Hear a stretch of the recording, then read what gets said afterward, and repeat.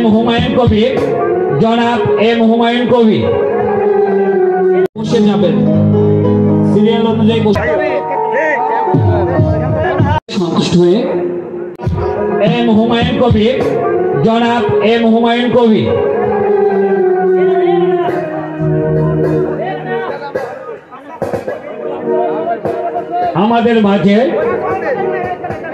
আমাদের মাঝে যিনি আজকের এই বসে পড়েন, যারা প্রধান অতিথির সাথে এসেছেন সফর সঙ্গী হিসাবে।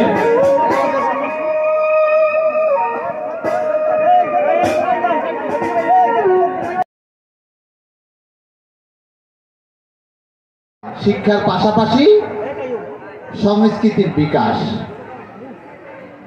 আজকে যারা এদেশের শিল্পী তারা সকলেই জাতীয় শিশু শিল্পী প্রতিযোগিতার থেকে এসেছে নতুন করে।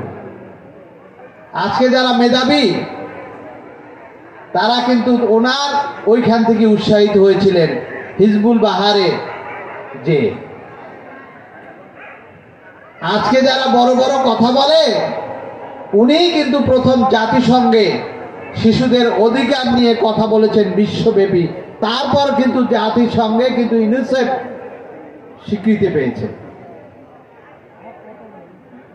এগুলা কিন্তু জিয়াউর রহমানের স্বীকৃতি।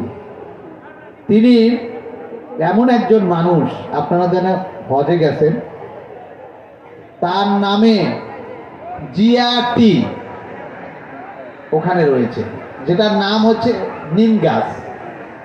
আপনারা যারা আরাফাতের ময়দানে গেছেন তারা এটা দেখতে পারবেন। এই তো জিয়াউর রহমান। জিয়াউর রহমান, কিছু কিছু মানুষ আছে যারা মরে না, যারা জীবিত থাকে প্রত্যেকের অন্তরে।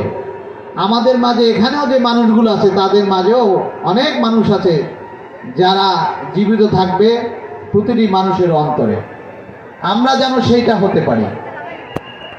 এটা যদি আমরা হতে পারি, মানুষের অন্তরে যাওয়ার যদি চেষ্টা করি, তাহলেই কিন্তু পহেলা বৈশাখের আনন্দ সবার মাঝে বইবে। না হইলে পহেলা বৈশাখের আনন্দ অথবা আমার বাংলা ভাষাভাষীদের যে আনন্দ, পহেলা বৈশাখ মানেই হচ্ছে আমার বাংলা। যে এসো হে বৈশাখ, এসো হে বৈশাখ, এই মাস নয়, একটি বাংলা যে ভাষায় আমরা কথা বলি।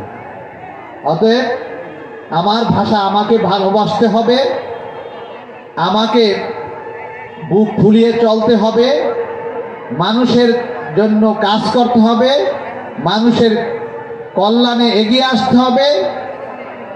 কারো সম্পর্কে গীবাত গাওয়া যাবে না।